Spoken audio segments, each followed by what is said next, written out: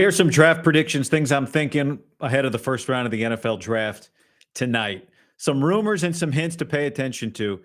First thing, I don't think the Pittsburgh Steelers are taking Shedeur Sanders at 21. That feels like it's almost too popular, and that would make it unlikely. The irony is, I think he's a better prospect than Kenny Pickett was. But remember, what did they love about Kenny Pickett? He played at Heinz Field, and he knew his way around the stadium. That was a little bonus. Bad pick. And I don't think they're making this pick either.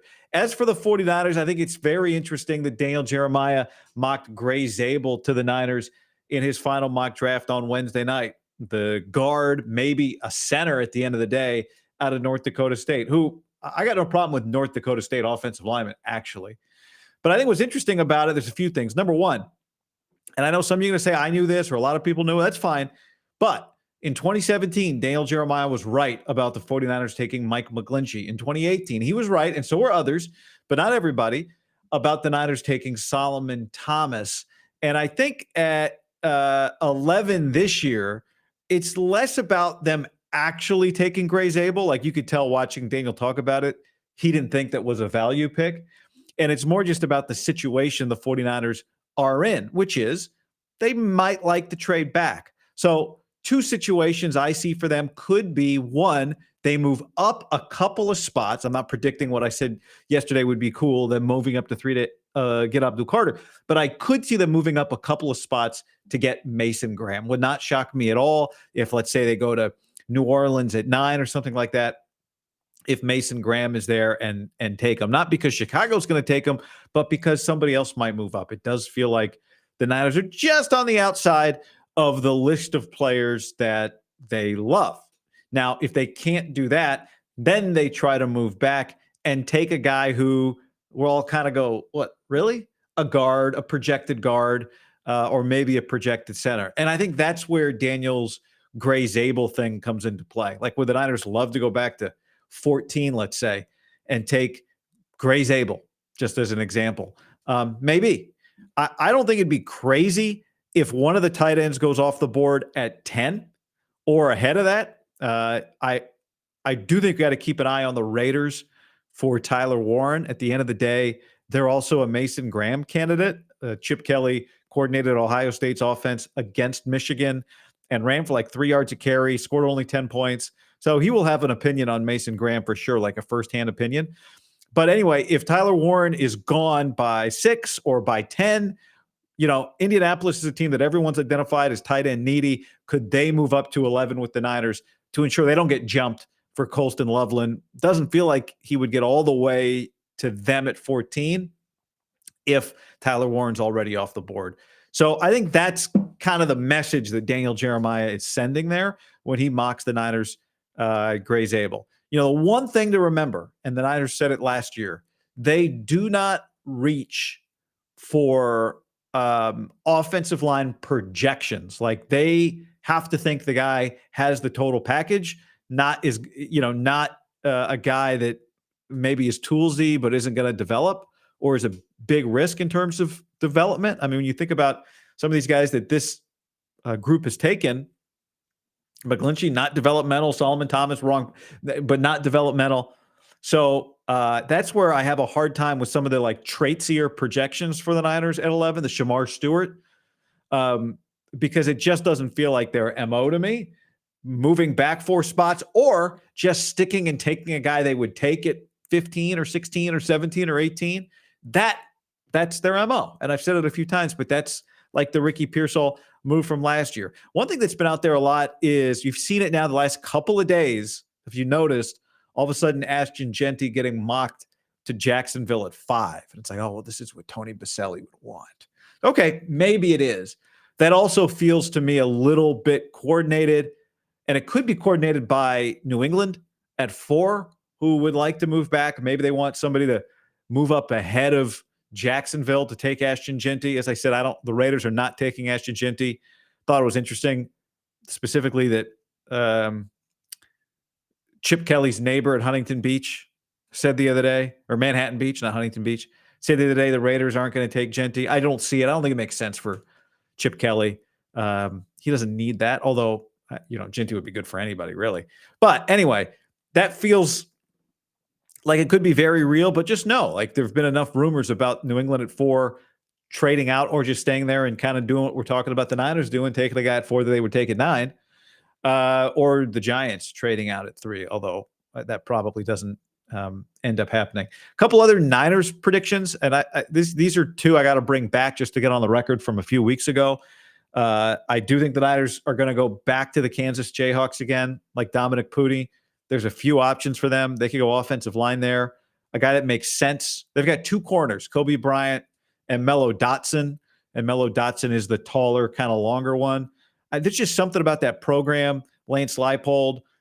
It's not a bunch of 4-stars, but they win at a high level. They're tough. They're physical. They're smart. And so Mello Dotson, if you got to pick one, but I think a Kansas Jayhawk is getting drafted. And as I said 2 weeks ago, you have to always be on alert if there's a Herm Edwards connection. And there is a Herm Edwards connection, just like there was with Ricky Pearsall, just like there was with Brandon Ayuk. So be on alert for a Herm Edwards connection. John Lynch and Herm Edwards, good friends, trusted confidants. And Jalen Conyers, who's at Texas Tech, a tight end, but he was at Arizona State before that. That's a guy Herm will have an opinion on. The Niners typically don't go with this type of tight end. They've gone more a couple times like, maybe upside projection receiver or just straight blocker. But this is he's bigger than Jordan Reed. Jordan Reed was 6'2". This guy's 6'4", 260, older player. He's more of your dynamic pass catcher type. Obviously playing the air raid last year. You're not getting an air raid tight end to come in and block. But, there's this a little bit of a misconception that Kyle Shanahan only wants the blockers to complement Kittle. We remember what he's done. We've talked about it, the Jordan Reed situation where they had him and it was working, and then he got hurt, and that was that. So there's some predictions. I would not be surprised if the Niners go to A&M as well, Texas A&M, for, I don't know, anybody but Shamar Stewart. The Shamar Stewart one that would be interesting. I think it's interesting too that Greg Papa and Matt Mayoko have both talked about how they like Walter Nolan. I don't know. I don't know why it's interesting, but I know why it's interesting. I'm just not sure what to believe about it. I could ask Mayoko and Papa, but I won't. We'll do that another day. Mayoko might be explaining it right now on his YouTube channel, so he doesn't need me to question it. He might just explain it. But I do think that's interesting. So there's a few predictions. And look, if Shedeur Sanders doesn't go 21 to Pittsburgh, he could fall out of the first round, or somebody maybe moves up, but I don't know who would. The funny thing about quarterback, I talk about this all the time. It's so interesting to re-quote Kyle Shanahan from 2021. There aren't 32 people on earth who can play quarterback at an acceptable level. It's a great quote. So half the league is constantly hating their quarterback, trying to replace their quarterback. And yet when you really mock a draft, it's hard to find landing spots for quarterbacks. If you just think about it, Tennessee's going to take one. Cleveland's not going to do it at 2. The Giants could do it, but they might do it for Jackson Dart. New England's not going to do it. Jacksonville, no. The Raiders, maybe in the second round. Carolina, no. The Jets, maybe later. But as you get past like the Niners, Miami's not doing it. Dallas isn't doing it. Indy's not doing it. Atlanta's not doing it. Arizona, no. Cincy, no. Seattle. Seattle could trade back and take a quarterback, but they're probably not going to do that. Tampa, no. Denver, no. Pittsburgh, yes. Chargers, no. Green Bay, no. Minnesota, no. Houston, no. Rams, no. Baltimore, no. Detroit, no. Washington, no. Buffalo, no. Kansas City, no. Philly, no. Now, Philly would take a guy later. But the point is, it always feels like everybody needs a quarterback. And then when you try to find a landing spot in the first round, especially for a guy, where is it? One other thing, remember when Brock Purdy got drafted, then had success? A lot of people, there was this storyline, which I said at the time I thought was stupid and didn't make any sense, and it's still dumb and makes no sense. There's this big talking point about how, this is going to change the way teams draft. Oh, yeah, they're going to take less toolsy quarterbacks all of a sudden, as if Brock Purdy cracked the code. No, Brock Purdy is an extreme outlier, both in physical talent and where he got drafted. Teams aren't going to suddenly draft Brock Purdy in the first round. So I said this the other day, and somebody said, well, look, nobody's taking a quarterback this year. Yeah, the quarterback class stinks. It's not a good class.